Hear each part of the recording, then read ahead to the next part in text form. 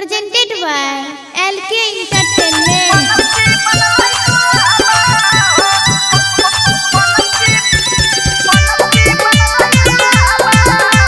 Sachin Recording Studio, Saharsa.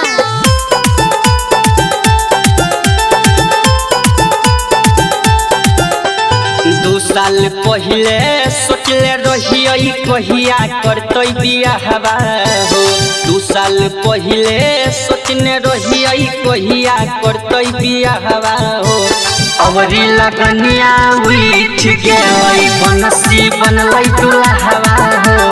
अवरी लगनिया उठ गई बनसी बनलै दुल्हवा हो। भाग जगलौ रे बनसी भाग जगलौ रे, हे भाग जगलौ रे बनसी भाग जगलौ रे।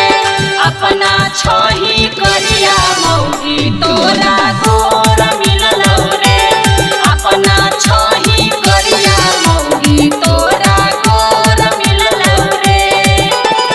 अवरी लगनिया उठ गई बनसी बनलै दुल्हवा हो। अवरी लगनिया उठ गई बनसी बनलै दुल्हवा हो। बुनी बुनी पैन पड़ले बुनी कका हो, अब बंसी के बिहार ले तुझे पता हो। Music by Shashi Bhushan Snake. गेल रही माल से मिले पकड़ाई गेलै अनहरिया हो।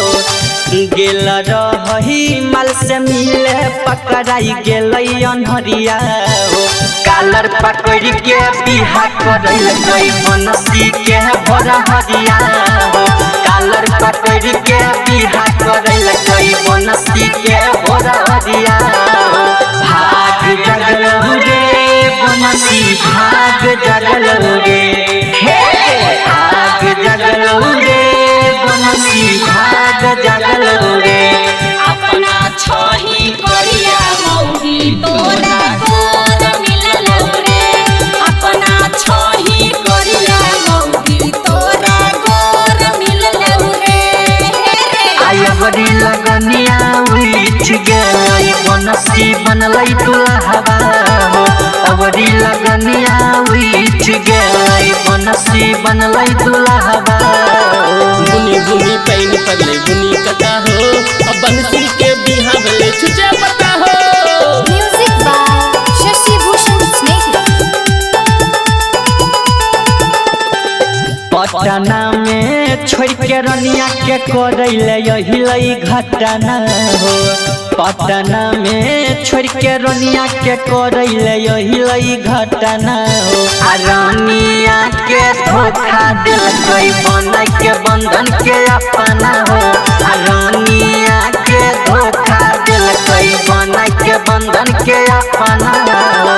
भाग जगलौ रे बनसी भाग जगलौ रे, हे भाग जगलौ रे बनसी भाग जगलौ रे।